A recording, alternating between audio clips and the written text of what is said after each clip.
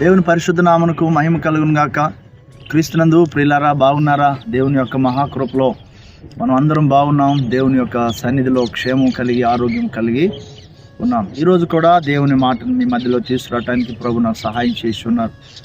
Ezra గ్రంథము 7వ అధ్యాయము 6వ వచనాన్ని మనము చదువుకోగలిగితే, అతని దేవుడైన యెహోవా హస్తము అతనికి తోడుగా ఉన్నందున అతను ఏ మనవి చేసినను రాజు అనుగ్రహించును. ఎంత అద్భుతమైన దేవుడు! దేవుని హస్తము తోడుగా ఉన్న ఎజ్రా ఏ మనవి చేసినా రాజు అంగీకరించి తనకు కావలసిన ఈవులను అనుగ్రహించినట్లు లేఖనాలు మనము చూస్తూ ఉన్నాం. దేవుని హస్తము ఒక వ్యక్తికి తోడుగా ఉన్నప్పుడు ఎంత అద్భుతమైన కాపుదల, ఎంత అద్భుతమైన సహాయం, ఎంత అద్భుతమైన దీవెన. దేవుని హస్తము నీకు తోడుగా ఉండాలని నేను ఆశపడతా ఉన్నాను. అలాగనే మరి అట్టి ఆశ నీకు ఉన్నదా? దేవునికి అందుబాటులో నీవు ఉన్నావా? దేవునికి సమీపంగా జీవించే జీవితాన్ని నీవు కలిగి ఉన్నావా? తప్పకుండా మేలు జరుగుతుంది. తప్పకుండా నీవు దేవుని యొక్క సన్నిధిని అనుభవిస్తావు. దేవుని యొక్క ఆశ్చర్యకరమైన సహాయం తప్పకుండా నీకు అందచేయబడతా ఉంది. దేవుడి మాటలు దీవించును గాక.